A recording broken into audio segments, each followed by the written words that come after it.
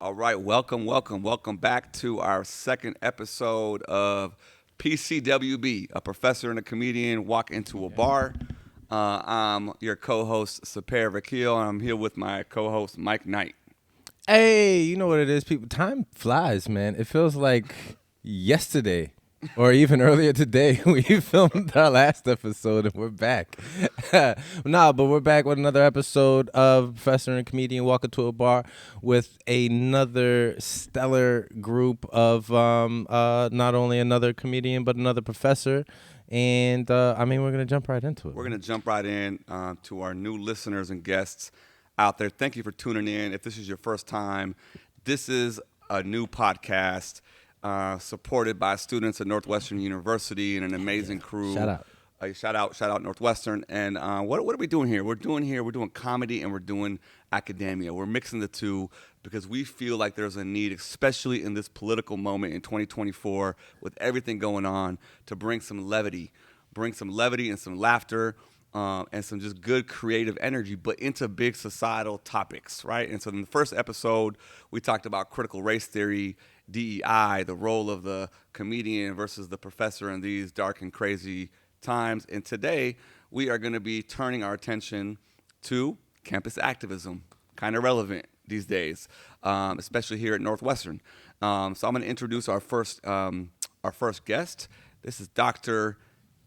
Katherine Cho from Loyola University. She is a professor of higher education. She is also a UCLA alum, so we have that in common, where she got her PhDs in, I believe, sociocultural studies and education. She's a postdoctoral fellow from the National Academy of Sciences and many other accolades. She's also kind of the perfect guest for this podcast. I'm seeing you say no. I think I'm getting some of the intro wrong, so I apologize, but I'm doing my best. But she's truly a perfect guest for this podcast because not only is she an academic and intellectual, a researcher, but she's also an artist. And she does improv, she does comedy, she brings in art into her research and scholarship. So we're really, really pleased and grateful to welcome her to the second episode of the podcast. Dope. And then our other guest that we have is Sonal Aggarwal, one of my very close comedy friends. That all right. So help me out with the last name one time. Sonal Aggarwal. And every time I've introduced you on stage, I don't know how many times, and I'm so confident in saying it wrong at this point that I'm gonna take classes. Yeah, but she is a mainstay on every stage possible in the city. Just featured on Daytime Chicago as well. Tremendous storyteller, one of my close friends in the Chicago comedy, and also as a point of view, very smart, and I love talking to her. Had her on my show in the past as well, and her point of view was very fascinating. I'm looking forward to our conversation collectively. So yeah, absolutely. Okay, so let's jump in. I mean, I feel like the place to start is is actually the topic that we weren't necessarily planning on tackling in this podcast until like the 5th, 6th, 16th episode. But since we have the expertise here in house today, and since we are at Northwestern and everything's going on with the president of this university and the campus protests, let's start there, right? So what should we be thinking right now? How do we make sense out of this moment? I'm gonna give the first question to you, Dr. Cho. How do we make sense out of this moment in higher education with all the protests going on college campuses across the country? Yeah. So this is a great question. I think part of this that I think a lot about is that like campus protests aren't new, right? Like students have constantly been protesting, and in some ways like universities and college campuses are meant for students to protest because we train and teach and create learning environments for students to imagine a better world, which in part requires them to protest to change the context and conditions of a better world. But then, I think what makes this aspect and this moment really different is like the elephant in the room, which is that we're not really talking about Islamophobia.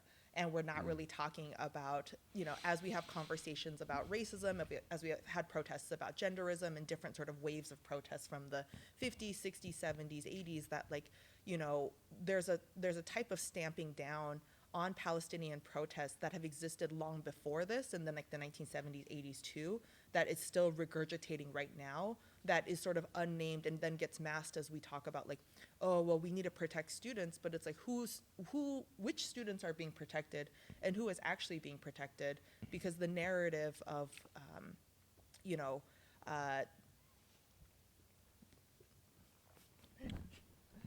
if I mess up, what do I do? It's You okay. just keep on going. Keep on That's going. how life works. I don't remember. They can't see me if I do this, right? And look, I actually forgot what the question was. so let me That's just the let me B-roll. redo the intro, because look, no, I'm serious. Names are really important. I know, as someone whose name has been butchered and messed up since I was a little kid, like I want to make sure we give the full respect and attention to the name. So we are very pleased here today to welcome Dr. Katherine S. Cho, assistant professor at Loyola University, who I mentioned is actually a perfect guest for our second episode, because not only is she a scholar and a researcher, a writer and an academic, but she's also an artist who does improv, she does comedy, and she brings those elements of narrative into her research. So thank you so much for joining us again. Much appreciated. So let me ask the first question, just to put it on, so kind of put it out there right from the gate, okay? In our first episode, we had this whole conversation with our previous guest about like the beauty of comedy, and I think the beauty of academia at its best when it's able to name the elephant in the room, right? And so our previous comic was talking about if he's doing a set and the comic before him trips and falls on the way up, like he has a moral duty to like name that and make a joke about that and just engage that up front, right? And so right now, in that same spirit, we're sitting here in Evanston, Illinois. We're at Northwestern University, and we've just gone through a crazy few months of campus protests, not unlike the protests across the country. Of course, just this past week, we were in the news quite a bit because our president was testifying before Congress, and everyone is trying to make sense, right, from all different political perspectives of what's going on. So the first question I want to throw out there for all of us, right, is what do we think about this current moment in higher education in America? What do we think about these college kids protesting at this campus, at Loyola, where you are, and across the country? Like, what are some kind of initial thoughts on that topic?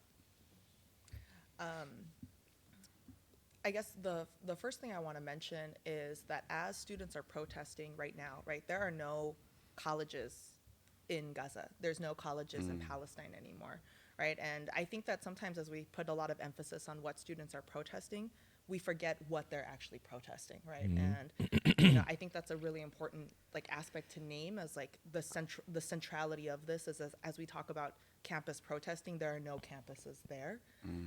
And then I think the second thing for this that I spend a lot of time thinking about is like who, as we're talking about protests, who is being protected and how is the language of safety changing, right? As we've been seeing like shutdowns, a lot of universities have been saying, well, we got to keep our students safe. But as many of us have seen and observed, right, you go to the protests, you go to, at Loyola, they call them like prayer circles, right? Like a lot of these are nonviolent spaces of learning. There's teach-ins, like it's a beautiful space where even like basic needs are being met, food is being shared, water is being shared. So students are being protected and offered basic necessities that allow for them to live. And so when these places are being shut down in very violent ways, it's like who is being protected in that space? And it doesn't seem like it's actually the students that are the main priority of what should be kept safe in those moments. And this is something we were talking about earlier, but protesting as a student is nothing new. Yeah. This is something that we see worldwide, that it's part of free speech and our human right to stand up for the things that we believe in. Yeah, I'm wondering too, like what's the onus on the protester, on the student, on the person, on the individual that wants to protest, to make a statement, to draw attention to something, right? Like what are they willing to sacrifice? Who's asking that question, right? Because you could take it back to the late 60s, early 70s. What was it, Kent State? The National Guard came out and, murdered the protesters on the campus, right? Not saying anybody is wanting to make that sacrifice now. But if you're marching with Martin Luther King once upon a time, you realize walking into it, oh, I might be walking into the last thing that I'm doing to make this statement, right?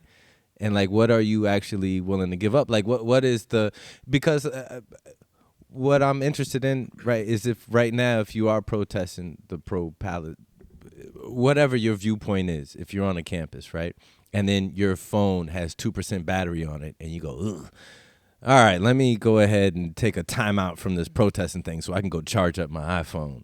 Like, what are you actually doing there? Not saying that that's happening, but not saying that it's not happening, right? So, like, is there, you take, I've drawn attention to this before I talk to people. So you take, back in the mid-'60s, I think it was Thich Quan Duc, right? He ended up being on the cover of the Rage Against the Machine album. He's a historic monk that lit himself on fire in the middle of I forget what city they were, right? But he lit himself on fire to protest the conflict in Vietnam, right? What was it, 4 months ago? Bless his heart, I can't remember the kid's name. He lit himself on fire. Aaron Bushnell, right? Yeah. The news cycle, the first guy, he's memorialized, right? And this last guy, the news cycle these days is he was out of there in probably a week and a half. Yeah. Like, is it the same impact? Are these protests having the same impact if right now everybody's paying attention to what rap battles are going on? Are they paying attention to what's happening on college campuses? I mean, here's what comes to mind for me. I feel like, so no, you made the point that like campus protests are also international, right? And earlier we were talking about how there's a long history, of course, of campus protests here in this country from the civil rights movement, Black Power movement, and so forth, right? Actually, not to do a self-plug, but my first book that's coming out next spring is about university student protesters in Iran, right? During the 70s, leading up to the 1979 revolution. And part of the story there, part of the finding, and they were actually engineering students. So in Iran, the most radical students are engineering students, right? And when I say radical, I mean truly radical. I mean they were learning. They were using firearms. They were in underground cells. They were militant. They were trying to assassinate university leaders, and they eventually literally catalyzed the largest mass movement revolution in the 20th century, right? From the overthrow of the U.S.-backed Shah. So I share that history because Mike, your point makes me think about all of that history, international context in relation to the current moment. And I have actually deep, deep admiration and respect for students. And I think everyone should, even if you don't agree with the politics.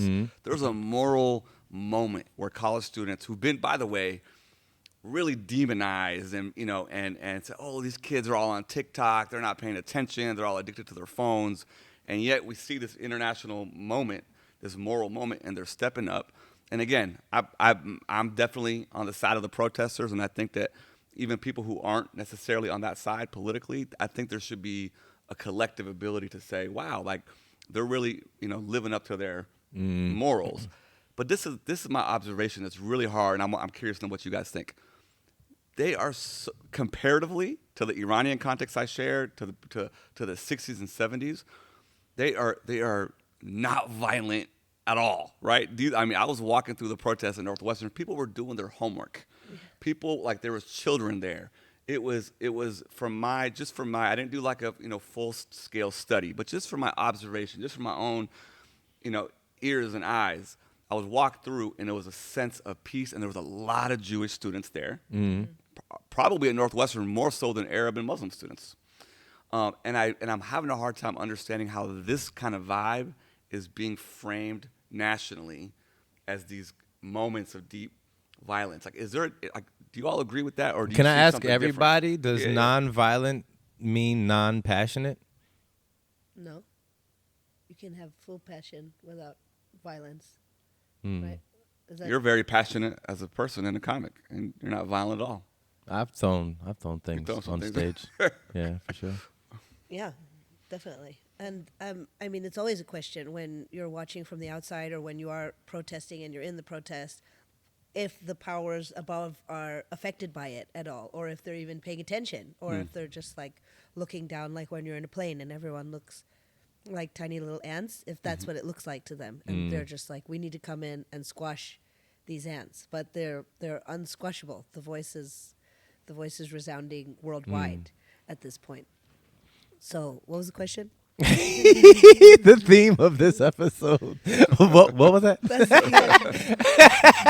I'm just trying to. Maybe I'm asking this also to you, Dr. Cho, around like how do we like? Is there a disconnect between because they have gotten the attention of people in power, right? Like university presidents are losing their jobs. Congress is forming committees, asking questions. People are, being like I think there's like 3,000 plus students across the country who've been arrested. So there is an impact for sure that's being had and made. But I just don't, as an observer, not as a scholar of it. I'm not a scholar of the activism, and I'm not deeply connected to it. But I'm watching it. I'm here, right? And I just don't understand the way that it's being talked about nationally around the threats to violence and campus security, and what I've seen on the ground, at least at Northwestern, where it seemed extremely peaceful and calm and contained and respectful and civil and all the things that you would, that you would imagine the powers that be would want if they're serious about having freedom of speech, right? But what you're hearing about it in terms of the media is like, look at these pro-terror encampments. And I'm like, really? What is it a fundamental dishonesty at play, or is there something else that I'm not maybe seeing? Yeah, I mean, the cynic in me is like, well, we live in a racial capitalist world, and so this is the byproduct of like, the media apparatus meeting the industrial complex that we know colleges and universities have to adapt in because even if you think about the state and federal funding has decreased right over like decades, and so now universities and colleges are more susceptible to donor funding and philanthropy and things like that. So there's lots and lots of layers of who they answer to, and so they don't just answer to students. But I think the other part of this that I think a lot about is like, what is the problem and who is the problem? Because I think for the students, right, like, and I agree, right, like genocide is the problem. Like that's the problem that we're talking about. But I think for universities and for the media and the framing of it, it's students are the problem. Students and this protesting is the problem, because if students stop protesting about this, then we will stop talking about the genocide, right? And like that's like how I think then about like the aggression of shutting down these protests. I mean, to be clear, right, like when the civil rights and Black Power movements were happening, like universities were also very aggressive to Black students, particularly to Black students. And even in 2015, 2016, you think about Silent Sam, the protests in 2018, cops were called at UNC, right? Like that, like all of those things have been happening. And yet at the same time, this type of aggression of launching rubber bullets at students, having, hundreds of students get arrested at one night, like that type of rapidly deactivating their housing keys so that way they're homeless overnight, like throwing out their belongings in 15 minutes. Like that type of aggression is very much that we're not going to talk about what is the problem, we're talking about who is the problem. And I think from the university's perspective, there's no other messaging than students are the problem and we need to get rid of the problem, meaning we need to just get rid of students. And like that for me is like where in the past, like when you think about 60s, 70s, 80s movements, it was more like, okay, students are here illuminating a problem and I might not agree with it and let's talk about it. But this type of like aggression is what changes for me, of thinking that I feel like fundamentally universities are viewing students as the problem right now. And that getting rid of them will get rid of this discourse. And the quickest way to get rid of the students is by calling them violent and by calling them vandals and by calling them, and I know even what I've heard about the protests happening on University of Chicago, instead of, I haven't heard about any of the peaceful organization as much as I've heard, they defaced some 200-year-old door. Yeah. And it's like, why are we talking about a door? Do we know about what's happening with the infrastructure in Gaza right now? Like there are no universities, there are no hospitals left, I think. I think you're absolutely right about like having like this almost mandate to call them violent, because if they're not framed as violent, then they're protected under freedom of speech, right? This is the ultimate moment where freedom of speech, I feel like, which is interestingly been sort of a right-wing call in recent years around like we should have more conservative voices on the college campus, et cetera. So that same principle right now is being stress tested. It's like freedom of speech. And so students are exercising their freedom of speech, right? And again, from my vantage point, I haven't done the surveys, and there may be some instances I'm not aware of, but from what I've seen, has been an absolutely civil, peaceful, disciplined, democratic type of expression of speech. And universities have to protect that unless you convince the public that students are now actually violating safety, right? And they're anti-Semitic. And again, not to say that there was not any element of anti-Semitism. Like, I don't want to discount all people's first person narratives. But having said that, I feel like the framing of students has allowed, as being violent, as being, endangering the campus community, as obstructing the core mission of the university around teaching and learning, allows them then to say, you know what, yes, we do believe in freedom of speech, but this is an exception. Is that about right? Well, and like to jump into this, right? Like the narrative, right, that Sonal is talking about, that I really appreciated, of like, there is a certain narrative that needs to work in order for, we need to protect freedom of speech, or we need to protect the safety.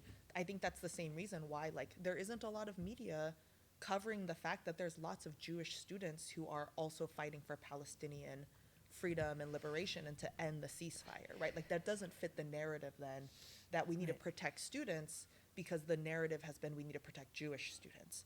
And I, again, don't want to discount anti-Semitism, because that is also historically, that's part of the university history. And with that, not including that narrative means that we're losing a lot of the nuance, that this isn't an argument about safety, right? It's an argument about reputation and excising who and what is considered the problem.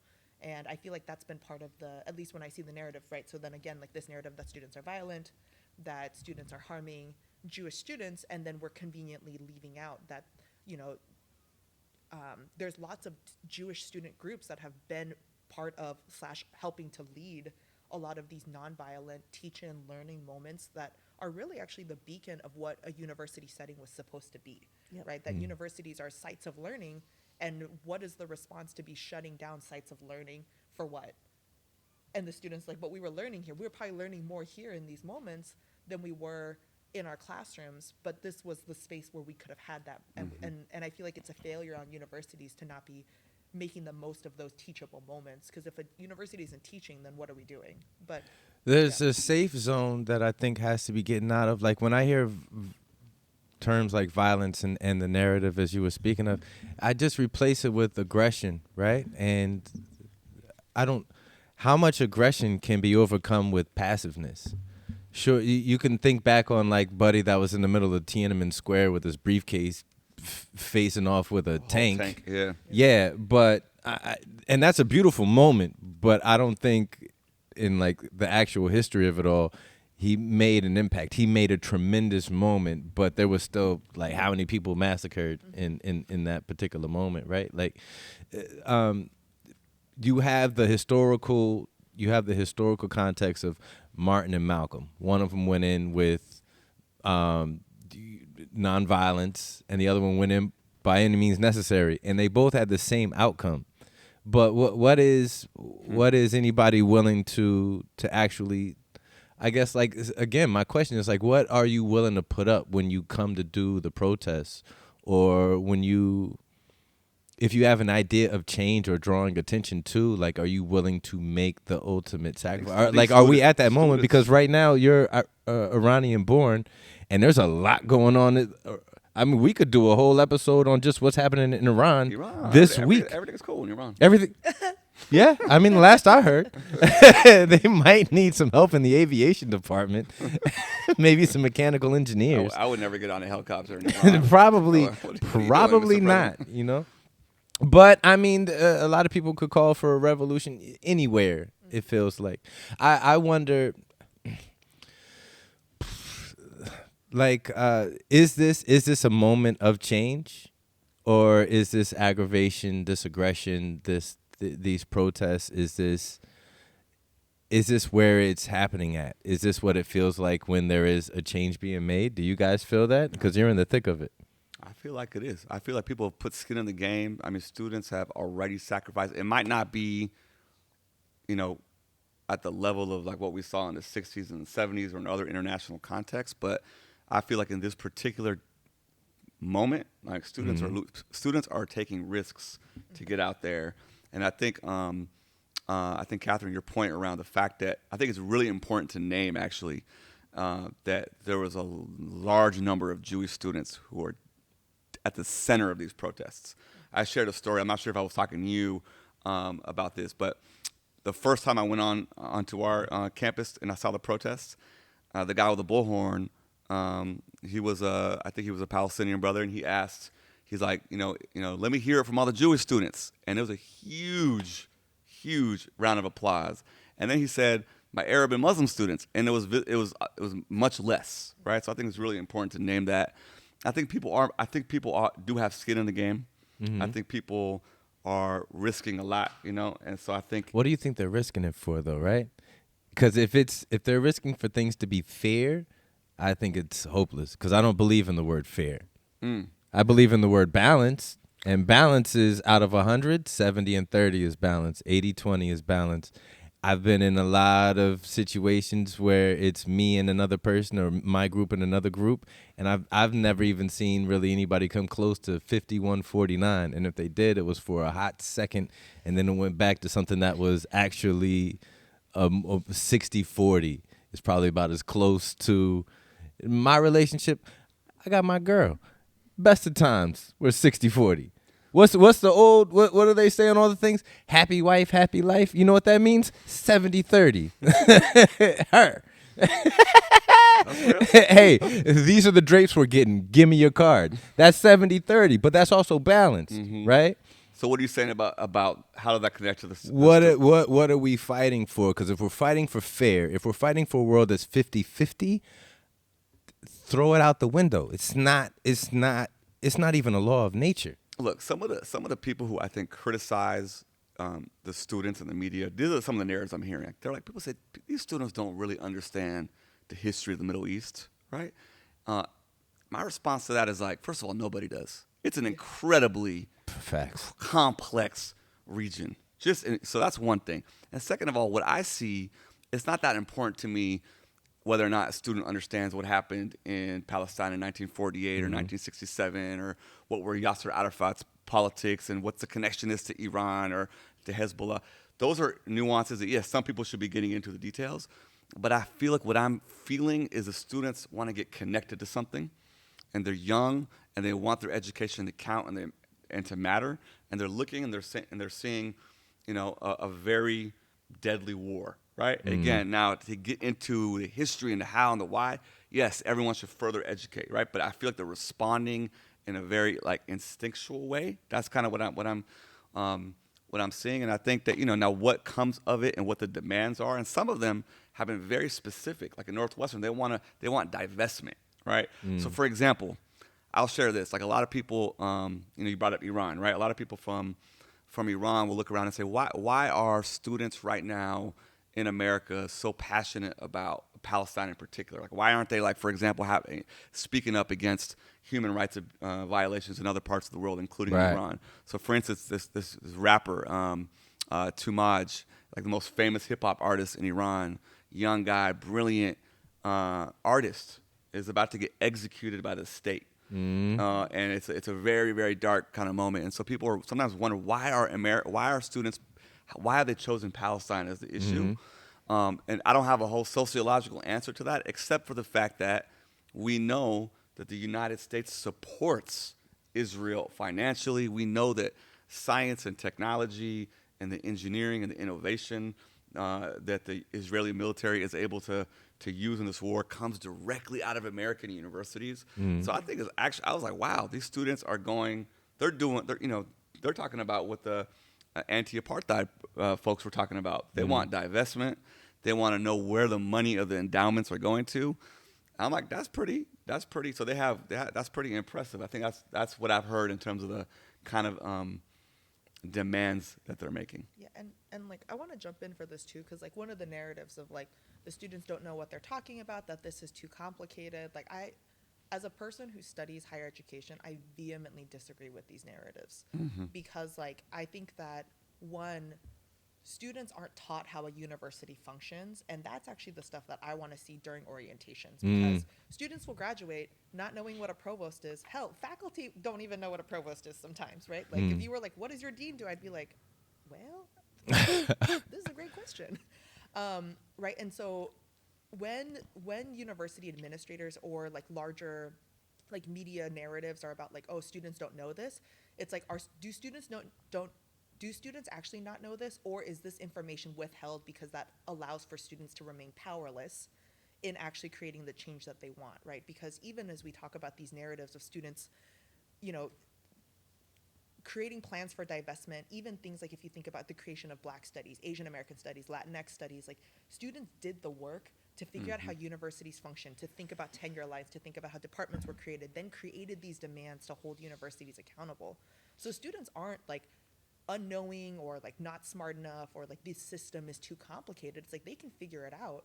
And I think that that's actually what scares us, because then now we're being held accountable to where our money is going. And like that, I think, is what makes this also really difficult.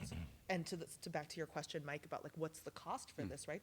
This will cost universities millions of dollars. And at the same time, universities are already losing millions of dollars, right? And I think about that even, for example, you know, for ex-Harvard president Claudine Gay, right, like celebrated such an important milestone for Harvard's history. She was called an anti-Semitic, but in reality, she shut down all of the pro-Palestinian protests. She did exactly what the powers that be asked her to do, to fall in line to make sure she wasn't being anti-Semitic, and then still ended up getting fired, right? And so this idea, like going back to, I think for a lot of protests, like you can't ever beat the master's tool, like, you know, you can't tear down the master's house with the master's tools. Like, but at the same time, students are like, but let's still try.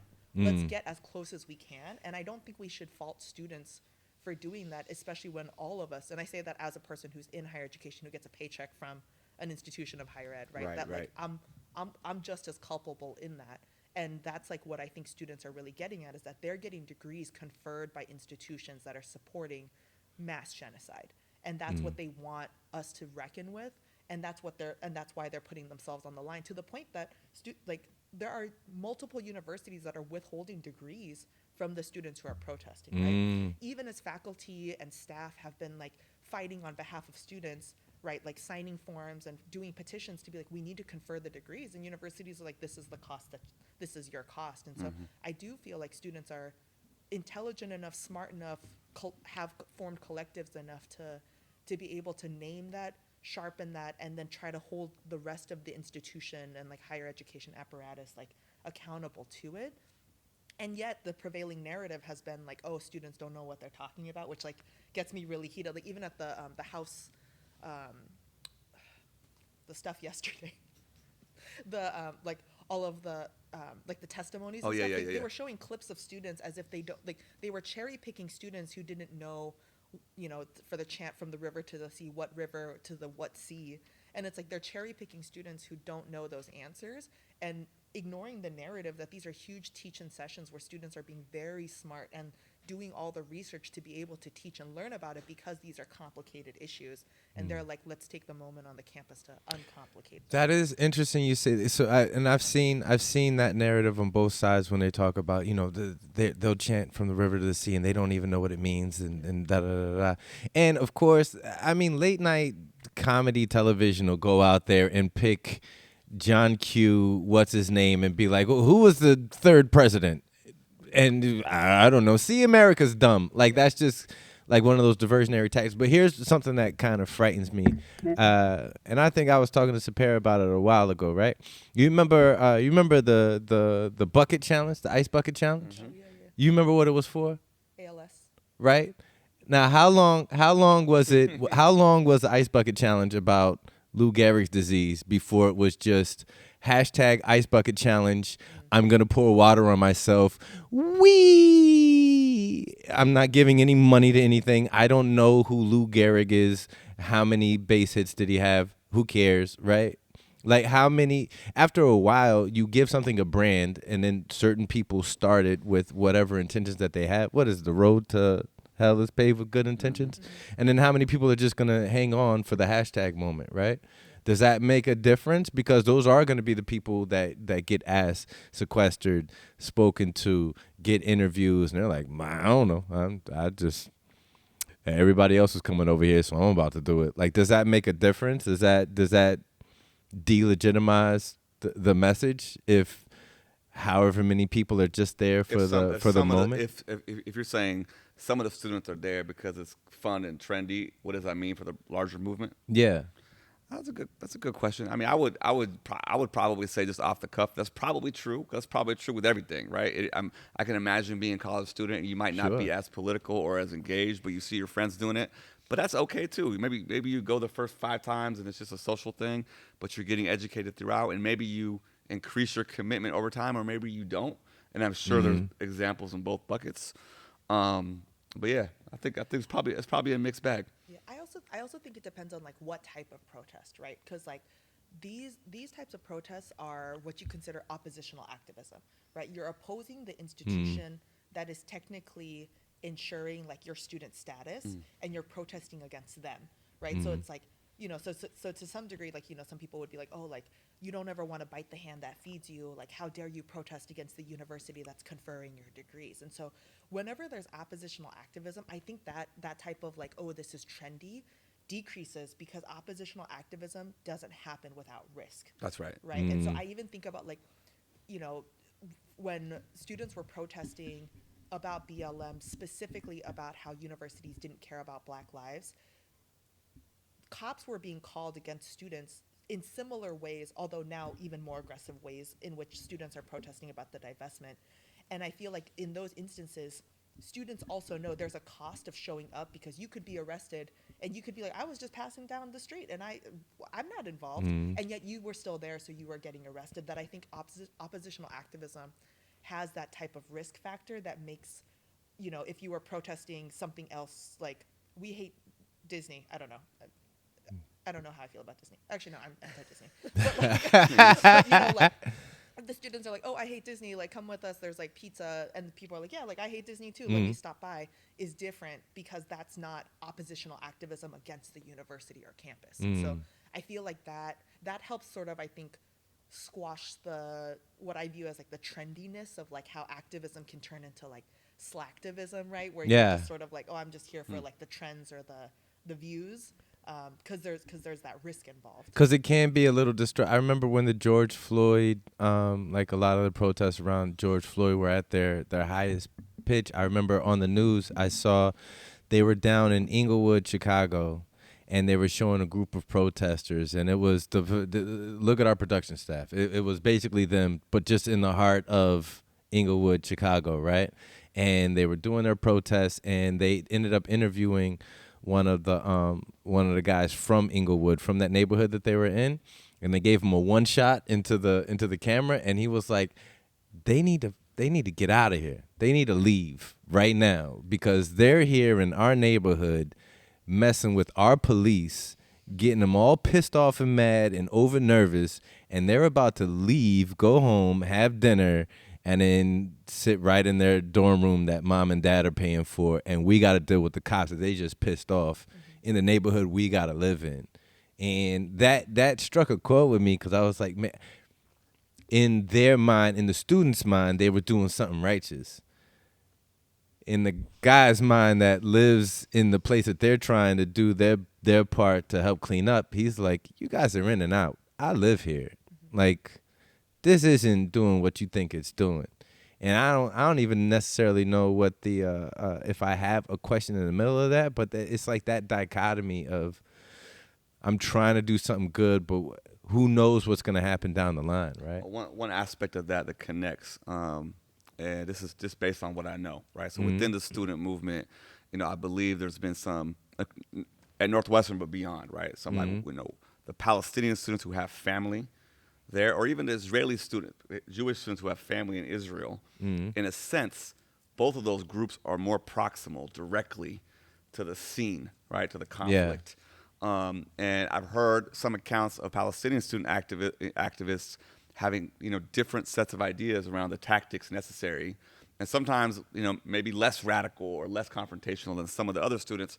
And there's been real hard questions around whose ideas around what direction this student movement goes should we most consider, right? So I think what I'm hearing in you is like the people who are most connected to a place and the politics of that place, in my view, their opinions are most pertinent and should be prioritized.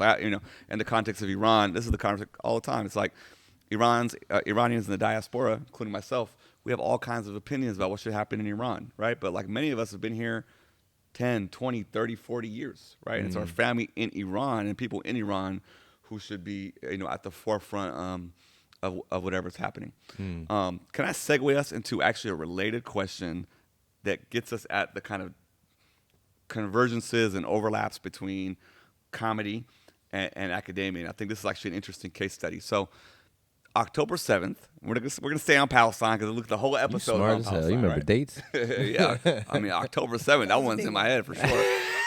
October 7th happened, and this is actually another way that I think about the student protests. Right? I think part of what the students are telling. I'm looking at the students right now. Part of what the students are telling us as faculty is you guys aren't doing a good enough job talking about these issues in your classrooms.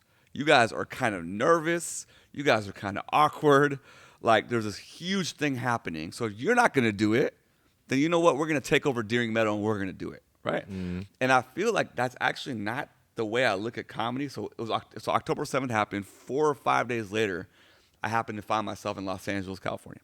And I love to go to the Comedy Store every time I go to LA. I have a good friend out there. Shout out Hormoz Rashidi. He's a stand-up comic.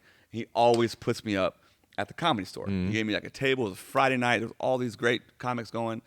And I went with my friend, and we're sitting there, and I was coming out of this context, right, where like everyone was tense. People weren't really talking about the war yet, and the attack of Hamas on Israel and the response. Like there wasn't really a conversation happening. And I remember being just kind of shocked at comic after comic going up there, and some of them were taking a pro-Palestinian position, and some of them were taking a more pro-Jewish, pro-Israeli position, and there was sort of a respect amongst the comics for each other, and the audience was like, there was just a willingness to just go there, and I was a little bit shocked, and as I reflect on it, I wonder if that's a crucial difference. And again, I feel like hats off to the comics in the room because you guys go up there, and if someone is walking up and they trip on the stairs, you're going to comment on it. If there's a war going on that everyone's nervous about, you're going to comment on it. And we're supposed to be doing that at the university. Yeah. And I think some do a lot better than others. Obviously, our guest today is one of the people who are at the forefront, having those conversations. But I feel like as a whole, we've lost the capacity in higher ed to really have hard conversations in open ways. And I'm wondering if you guys, as the comics in the conversation, like how does it show up? At 11 p.m. at the Red Room, like people tend to go there, right? And is there how do you guys feel about that? I want to let Sandra. Quick thing that I'll say is we just don't have to worry about tenure or 401ks. This is just ours. If we say something that's bogus, we'll just bomb. And it feels bad. And in a sense, I mean, we do have to care, and it depends where you are, because we are trying to get tenured into a club or in with a booker or in with, and I would fully applaud people like Nimesh Patel, who you were talking about earlier before we were recording the pod, that has... Nimesh, come on this podcast, man. We want to have you on here. That he has now, and he's at that level where he's, we all strive to be at that level where you can actually pick and choose who is in your audience, and actually, okay, I'm going to remove you from the audience because you are not, you're bringing politics that are not in accordance to liberation of all people and, a humanitarian standpoint. And we definitely have to care about who we're performing to as well. Right. Obviously, it's not the same level that academics have to worry about. And I mean, I applaud anyone because I have friends in the comedy scene, and I know bookers who are like, oh, well, he gets a little bit too political, and we want people who are just... Who someone in particular? Yeah. Oh, okay. Yeah, gotcha. And I don't want to name him. Right. Right.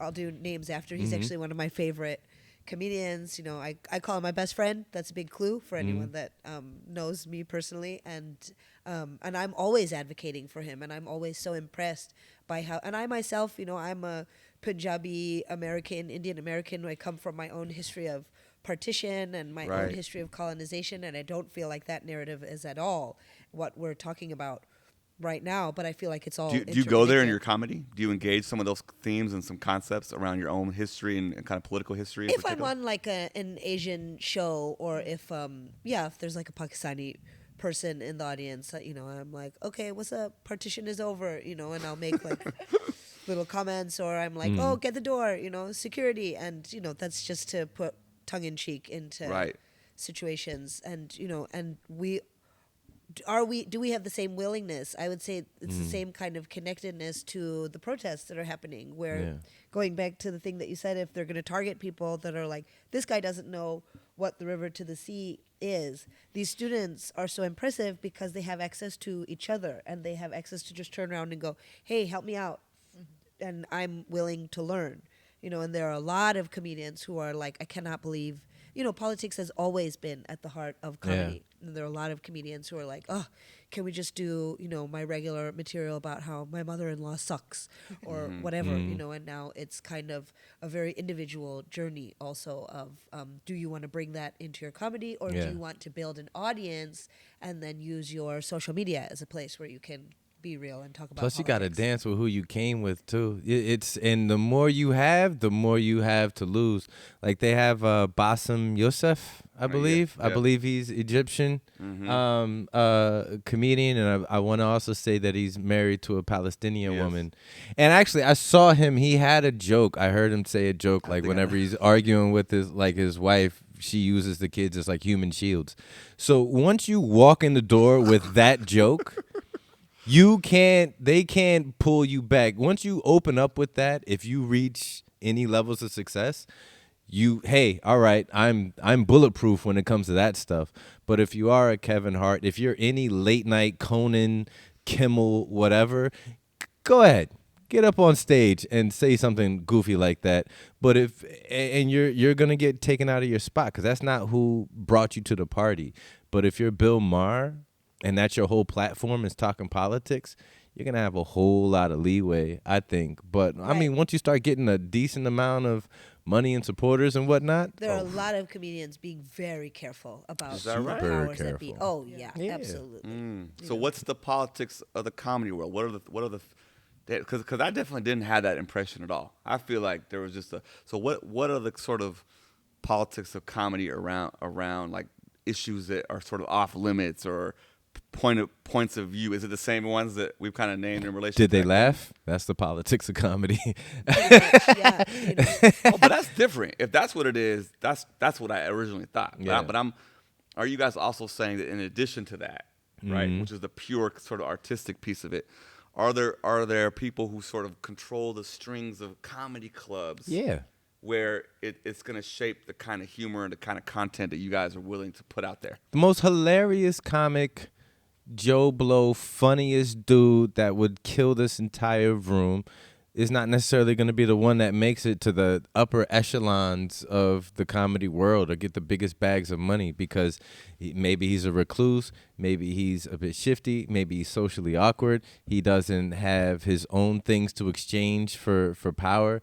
Nobody wants to rock with him. Like he's not friendly to the booker, the promoter. He calls everybody jerks or whatever. And he's going to be the most hilarious open micer that works at Denny's for the rest of his life. And there's going to be somebody that's just peanut butter jelly, ha ha ha.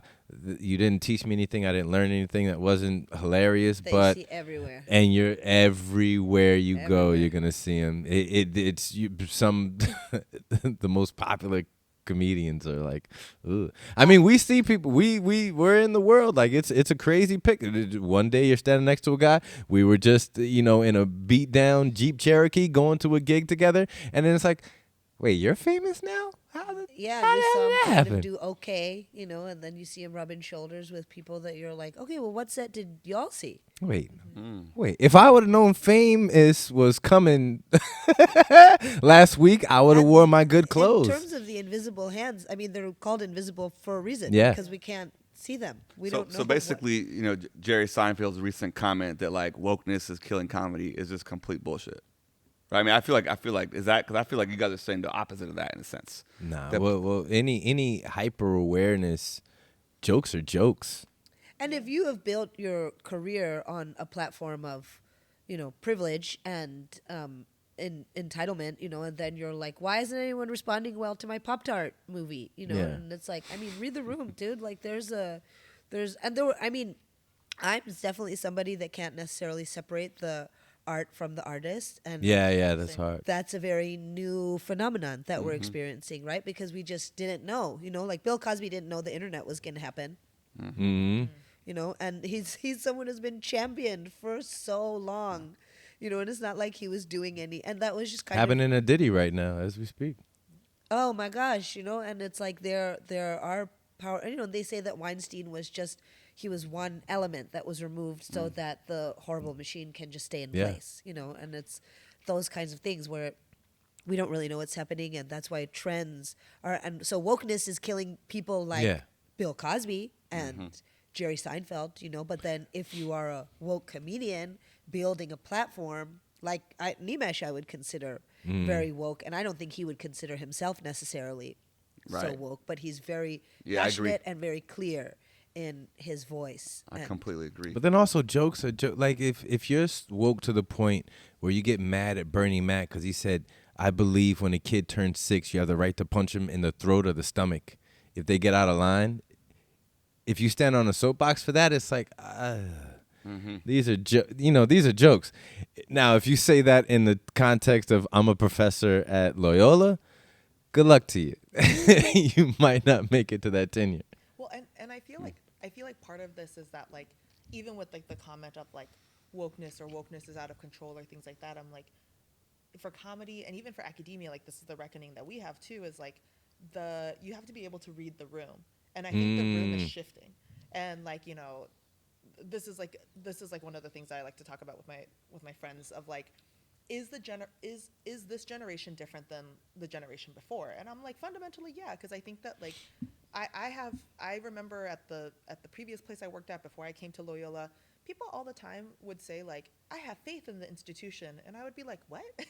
I have anti-faith. Like, I have no faith in an institution. I'm not going to trust the institution for nothing because I don't assume that the institution is a family. I don't assume that the institution has my back. Like, it is there to make money because that is what an institution is. And I think that's what this generation is. And so the room is shifting. And so to that very point of like folks complaining that like, oh, wokeness is out to get me. I'm like, I don't think you know how to read the room anymore to realize that those are not the jokes that land. And I think similarly, when I think about colleagues who are academics who will be like, well, I just want to teach on the thing that I want to teach, and I don't want to, why does my research on biology have to comment on, liberation? It's like, well, but the students you have right now are different students than the students in the 1980s, because also our society and our relationship to how much we trust institutions and the fact that the healthcare system in the 80s and the healthcare system now is way different, that like, of course you should be adapting and changing. And so like, those are things that I also think about of like where, like, I feel like comedians are trained to read a room, or maybe not. I don't know. But I can confidently say academics are not trained to read the room, and I think that's the reason why some of us are struggling. And folks are like, I don't know how to talk about contemporary issues, and it's like, but we have to because this is what is demanded on us because that's our job.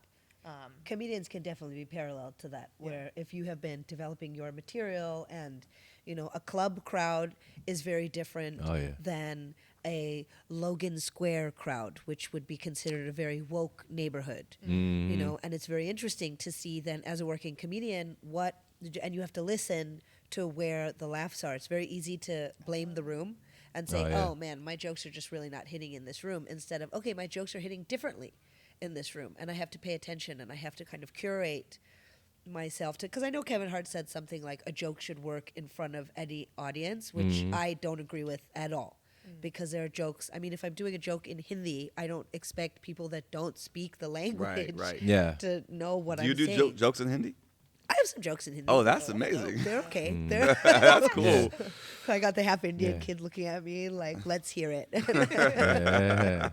I can't speak for you, but sometimes I cheat. Like if I'm doing a local Chicago show, like I have jokes about the train or whatever. You Yeah. know what I mean? Every The red Chicago line. comment, the red line. Of course, yeah. But if I go to Dubuque, Iowa, and I go, you ever been on the Green Line? And the no, I haven't. That makes no sense. So you have, and if you have the kind of, and it's so funny to even be anti-woke, because what are we talking about? We're talking about people who are asking questions and want to be more informed about their experience, and I mean, somebody like Bill Cosby, he prefers them to be asleep completely, just. Ooh, what a joke.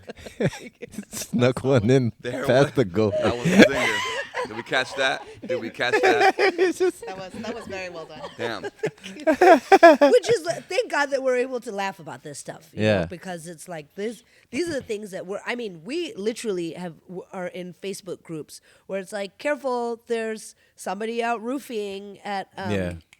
what's the name of that mic? I don't want to It put wasn't. any Yeah. It was institution actually not called. on blast, actually, but there, and that's just in the culture where it's like, okay, if you're a woman and you're going out, please buddy up, and please make sure that you have eyes on your drink at all times. Yeah. And that's just something that you have to be aware of, and it's a pretty toxic culture, comedy, until it's not, until you get to the point where you have people around you that you trust and you're working with. And So I'm a little bit confused. Are we saying, so let's start with academia for a minute, right? Because there's the same conversations and debates happen in academia where some of our colleagues will say the function of higher learning, the function of research in the academy is not political because knowledge is not political, right? Because truth is not political, because it's about science, it's about evidence, and we're not here to be activists. We're not here to follow an agenda. We are here to collect data, to do analysis, and to write up the results objectively, and it should be neutral, and that's the function. And anyone who's doing different than that, anyone who's troubling the waters, as our previous comic or scholar Dave Stovall was talking about, is actually muddying the waters, right? And is not doing the job well, and it's actually politicizing academia, right? And then there's those of us who I think we're on the same page about this. My eye rolls earlier. We're all cue all the eye rolls, which is like, no, knowledge is never apolitical, it's never neutral, it's always connected to context and social conditions and politics. I'm really curious how that set of debates plays out in the world of comedy. Is there a similar kind of debate where people say, look, comedy is about art, it's not about politics, on the one hand, and on the other hand, people are like, no, like comedians have a responsibility to shift the narrative, to educate society, to make them laugh in hard times. Like, how do you guys think about that? When I go to McDonald's, they have a responsibility to give me a burger and fries. When you come to a comedy show, I have a responsibility to make you laugh. And you're going to tell me instantaneously if I'm doing a good job or not. Okay. Like, that's where it stops. Everything that comes after that, you can take on. Yes, and I'm not speaking for anybody. You could take on more responsibilities after that. Okay, now I have a platform. Now I have influence. People are listening to me. I'm going to go on Shannon Sharp's show and call out the bogus Hollywood industry and the puppet masters and whatever's going on in the background behind the curtains. You can do that, but comedy, period, if you or either one of you guys get a babysitter, spend some money, get a 2-drink minimum, and come out, you're coming there to laugh, period. If I get a scholarship or tuition or something like that to twist it to your guys' world, and I'm coming to get education, a way of looking at things fundamentally, how to, critical processing and thinking and stuff like that, and a piece of paper I can hang over the wall so that I can make 6 figures minimum a year. You know what I mean? Mm-hmm. But you come to a comedy show. But I think you agree with that? I would say that I would agree with that, and I would also add to that Yeah. we live in a very blessed time where we have access to things like microphones and the internet, and you can build a platform, and we live in such an Yes. abundance of comedians that you can have a night out where you just want to laugh and be surprised, and then you can have a night where you want to experience somebody like Sammy Obeid, you know, who is So good. a highly So good. political, highly on the spectrum, he's a mathematician. He has multiple degrees. learned We in- so talked about much. him, right? Yes. in He does math. math and Middle East comedy. And if It's you like, are somebody, my just guy. an average audience member, and so he has amazing clips about this too, where he Yeah. talks about Palestine and he talks about Israel, and he'll kind of lead you on a very long journey to release the tension with some ridiculous dad joke or brilliant pun that's almost frustrating because it seems so dumb. It's kind of like a magic trick, you know, where you're like, if a magic trick is revealed, you're like, that's it, that's all you're doing, come on, you know. But you still have to train the sleight of hand, and you still have to train to get to that point. And if you're a regular audience member just going for your 2-drink minimum, you might be like, how dare you So that's make my me question. think and consider politics when I just came out to laugh and hear some quality dick jokes. Yeah. Right, and that's okay, fair enough. But so for Sammy in particular, and comics like him who are explicitly political, right? Does the audience have to agree with the comic in order to get the joke? No. Does he? I'll take a groan. I'll take a. Well, and also it's kind of interesting to see how That's he what you has guys do clips good. like this where you have people who are like, shut up, stop, and then you see that he gets them eventually. That's amazing. Yeah. And they We start need to learn laughing. how to do that. Yeah. That's what Yeah. we don't do that well. We're not able to in higher ed. And correct me if I'm wrong, but this is my impression of it. We don't have the ability to say, I completely disagree with the politics that's kind of implied in your research or your teaching, but I respect it.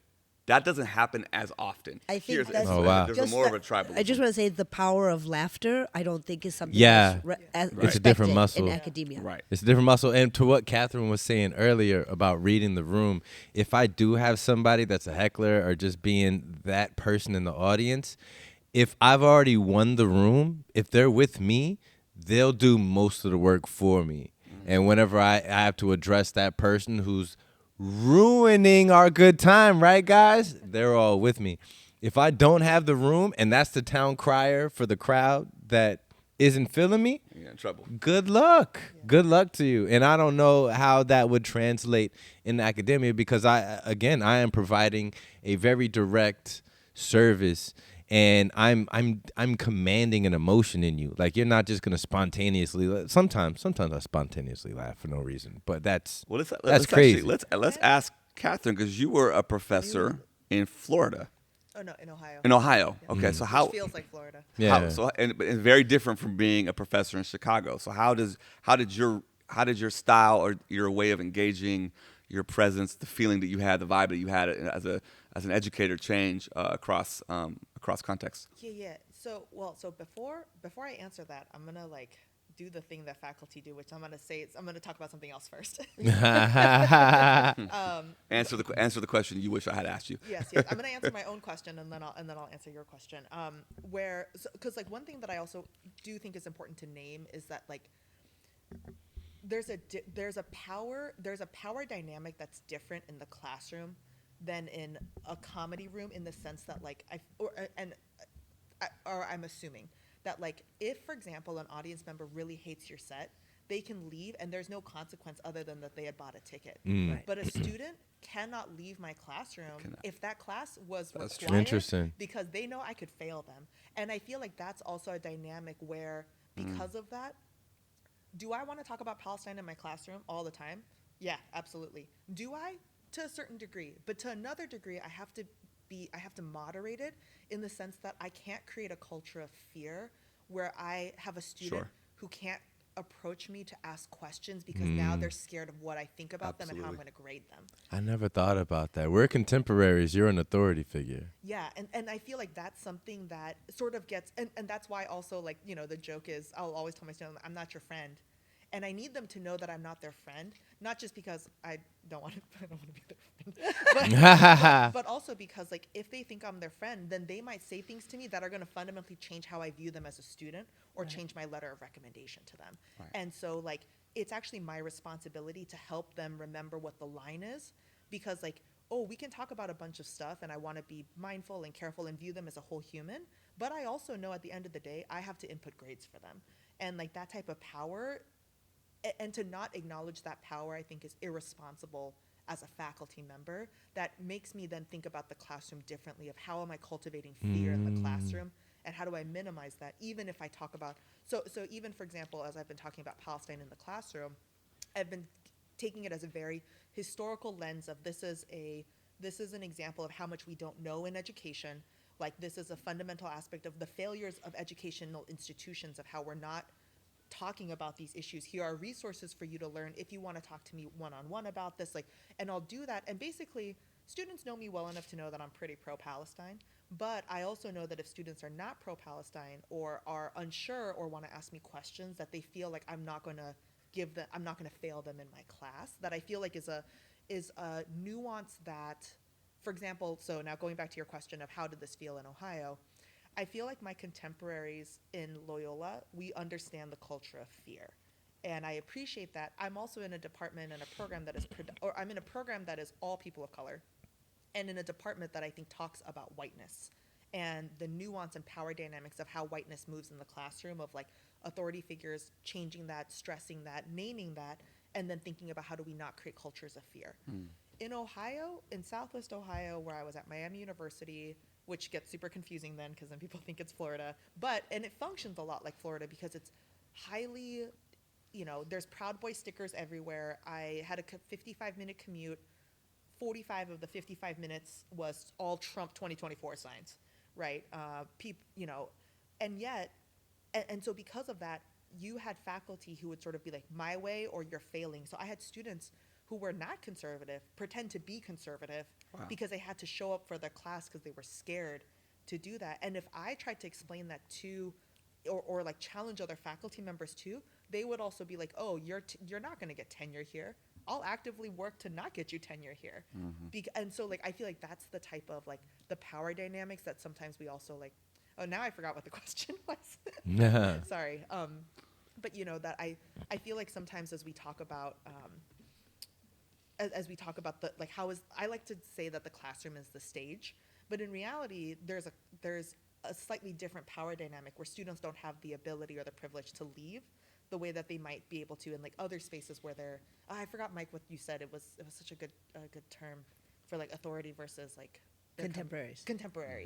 Yeah, that like I think about in my role, that I also think in Ohio, like where I was in the red state, and it was a much more conservative environment of viewing it as like, we don't need to worry about students being scared because they need to just learn, and they need to learn our way or the highway. And it was like, but fear doesn't allow for learning. So how do we decrease fear to actually have those dialogues? So, but, and to that credit, there were also faculty members there at Miami who did really strong work to try to like change the environment. But I ultimately had to leave because I felt like I was dying trying to fight. It felt like I was fighting too many systems. And so I needed more people who understood that, because I couldn't fight the system and fight white supremacy and fight racism and being the only Asian American woman in a college of education, health, and society, which is like over 100 faculty.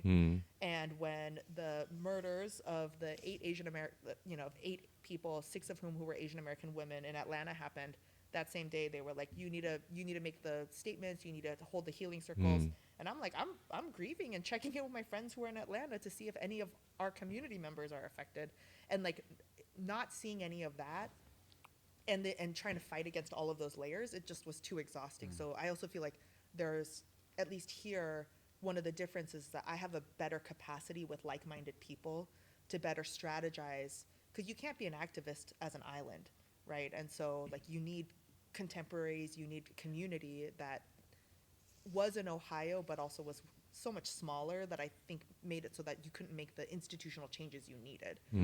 And I think I feel like that, and I feel similarly for like, to go back to like the students protesting for Palestine, like the students who are outnumbered know that they're outnumbered, and they might be like a handful of students in super conservative areas or maybe even non-conservative areas who can't protest. Like they can't even get to the space of doing a an encampment because they don't have the numbers. And so like I think about that too, of like the geographic privileges of where have we been able to do protests, or even like my geographic privilege now as a faculty member at a private university in a largely blue city and blue state versus like the confines that I had of how much activism I could do and how limited I was even for like my own health, but also on behalf and with my students, knowing that we were like a very purple dot in a very red state, and a state that's even getting more red as we continue. So is this, because I think you're absolutely right, it would be completely frustrating to have to fight through all those layers, but I also wonder too, like, who's dictating. It feels like there's an implied good and bad, or good and evil, or right and wrong, right? Or is it all perspectives, right? Because I think I talk about it on stage, anybody that hear it, like, I think one of the most destructive things happening in this country right now is white guilt. Like, just anybody walking around feeling guilty or acting out of guilt, and I think you just touched on it as well. I forget exactly what you said, but you were basically saying like, it's hard to listen if you're. I forget. What was the question again? But no. To awareness, I'll take awareness over guilt. Yeah. Like, What about light skin guilt? that's what I'm saying. But I mean, to laugh, once upon a time, there was the reason why it's called light skin. There used to be the brown paper bag test, right? Mm-hmm. Light skinned is not, the word mulatto is not an endearing term. Being light skinned, so once you take away disappear all the white people from this planet, there's still plenty of racism in the black community amongst ourselves. We don't need white people to be racist. Right now, they're talking about the Kendrick and Drake thing. It's nothing but light skin jokes. Go back to that movie that had Ice-T and Nino Brown, and God, I forget the name of it right now. Huh? New Jack City. Yeah. Thank you. One of the coldest lines out of Nino Brown. He stabbed I'll be sure out of the hand. I hate your. I never liked this pretty motherfucker. Like, the light skin thing is very real. You know what I mean? And it's a global. It's a global thing. In India, they have light skin, dark skin. Yeah. Top fast-moving consumer goods. Asian community, I'm assuming. Skin bleaching, totally a thing. Yeah. Like, yeah, Sammy Sosa, forget about it. Like, it's an ingrained thing. So I'll take awareness. Like, I am aware that I'm a man, but I don't walk around with the guilt of being a man in a world that's designed and tilted in the axis of power largely to men.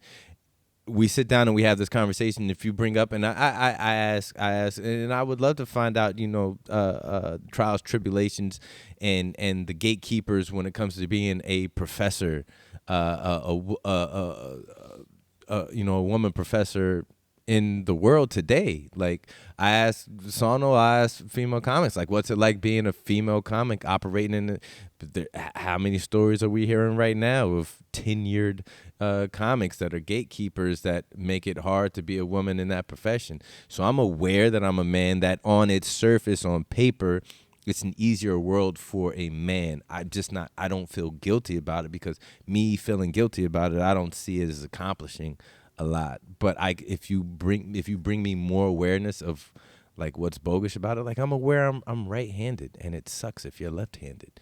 You know what I mean? I think to like I think one of the things I really like about this conversation is also like nuancing what's the difference of like, is it people are the villains or are structures villains? Yeah. And I generally think structures are the villains, but so even, for example, like when I talk about white supremacy, I'm not anti-white people, but I'm anti-whiteness. And what I mean by that is like the ways that whiteness gets normative, so that, for example, we say things like, when it's like winter time, we say like, oh, have a great Christmas. And we're not talking about, and we assume that everyone celebrates Christmas, right? And that's not necessarily like to whiteness, but like examples like that, or even, assuming that everybody, let's say, does the, like Boy Scouts or Girl Scouts, or like there's like markers of culturalness that's tied to, I think, American whiteness that can be really harmful, but that's not an anti-white person thing, right? And I feel like that helps for me nuance and explain to folks that, like, much in the same ways, critical race theory is not about like, oh, we need white people to feel guilty or whatnot. It's understanding that race and racism has been so deeply embedded that we don't talk about things like redlining that then have shaped all of our geographic neighborhoods, right? Or like our suburbs, and why are the zonings the way that they are, or like school budgets or things like that. And I think that also then helps name that how, for example, East Asian Americans, who have largely been the poster child for anti-affirmative action, which I am pro-affirmative action, right? But how East Asians, not East Asian Americans, East Asians in particular, fold into whiteness because they, even though they're not white, they still believe in the markers of what we understand as white supremacy, because they believe that affirmative action is stealing their spots, when that's not what that conversation is about. And so I think we were talking about it a little bit before we came on camera. My question is, who is assigning white? It's not a culture. It's not. It's a construct from God knows when. You're of Asian descent, but bless my heart if I was to get you confused with anything. That's why I asked you blanketly, like, what's your heritage? It just so happens that white and black are the only cultures in America specifically that choose that. But I'm not Haitian. I'm not African. I'm not Jamaican.